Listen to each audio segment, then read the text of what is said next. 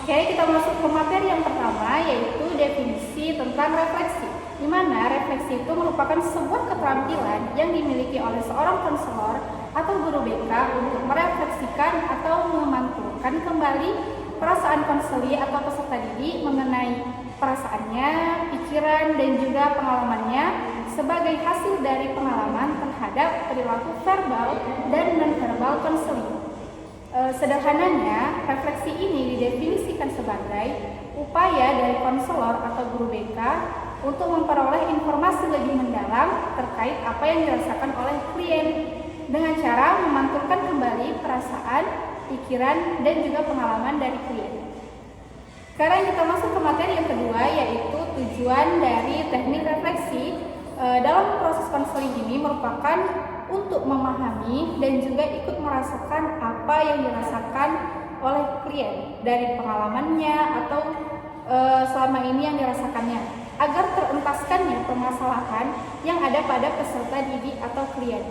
Nah, pada dasarnya teknik refleksi dalam konseling ini bertujuan untuk mengungkapkan kembali apa yang diutarakan klien atau peserta didik. Nah, konselor atau guru BK ini membantu memproses perasaan mereka lebih mendalam, serta membuat klien atau peserta didik merasa dipahami, didengarkan, dan juga empati. Materi yang ketiga yaitu fungsi dari teknik refleksi dalam konseling.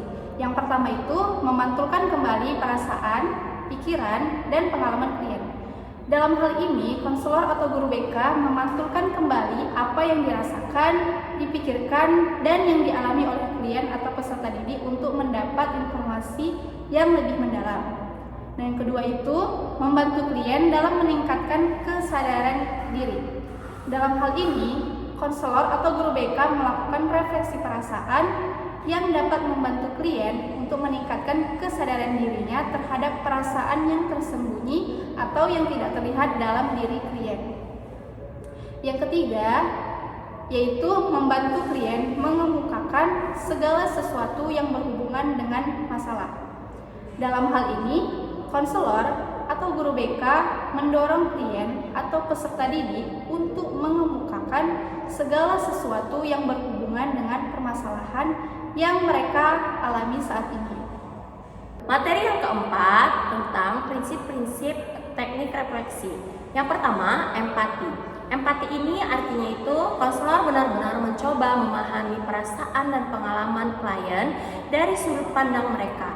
Empati juga membuat klien itu merasa dihargai dan untuk berbagai lebih banyak pengalamannya. Nah, yang kedua, non-judgmental. Nah, dalam proses refleksi ini, konselor itu tidak boleh menilai atau memberikan pendapat pribadi terhadap perasaan atau pengalaman klien. Yang ketiga itu, klarifikasi dalam proses konseling. Nah, teknik refleksi tidak hanya sekedar mengulang apa yang dikatakan klien, tetapi juga membantu mengklarifikasi perasaan ataupun pikiran klien yang mungkin belum jelas ataupun tersirat. Yang keempat, berfokus pada emosi. Teknik refleksi ini adalah membuat klien itu mengenali dan mengidentifikasi emosi yang dialami klien. Yang kelima, memberikan ruangan untuk klien. Konselor ini tidak boleh terlalu mendominasi percakapan teknik refleksi.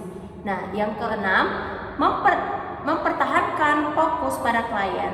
Refleksi ini harus selalu mengutamakan klien dan tidak memproyeksikan perasaan ataupun pengalaman konselor sendiri. Nah, yang ketujuh yaitu kesabaran. Teknik refleksi ini membutuhkan kesabaran karena proses penggalian perasaan atau pikiran seringkali tidak langsung terlihat. Materi yang kelima tentang jenis-jenis teknik refleksi. Yang pertama, refleksi perasaan, yaitu keterampilan konselor untuk datang memantulkan ataupun merefleksikan perasaan konseli sebagai hasil pengamatan verbal dan non-verbal. Yang kedua, refleksi pikiran, yaitu keterampilan konselor untuk memantulkan ide, pikiran, pendapat konseli sebagai hasil pengamatan terhadap perilaku verbal dan non-verbal konseli. Yang ketiga, refleksi pengalaman, yaitu refleksi pengalaman ini merupakan keterampilan konselor untuk dapat memantulkan ataupun merefleksikan pengalaman-pengalaman konseling sebagai hasil pengamatan perilaku verbal dan nonverbal. Untuk melakukan refleksi pengalaman konselor dapat menggunakan beberapa kalimat. Assalamualaikum Bu. Waalaikumsalam, selamat duduk. Apa kabar Karina?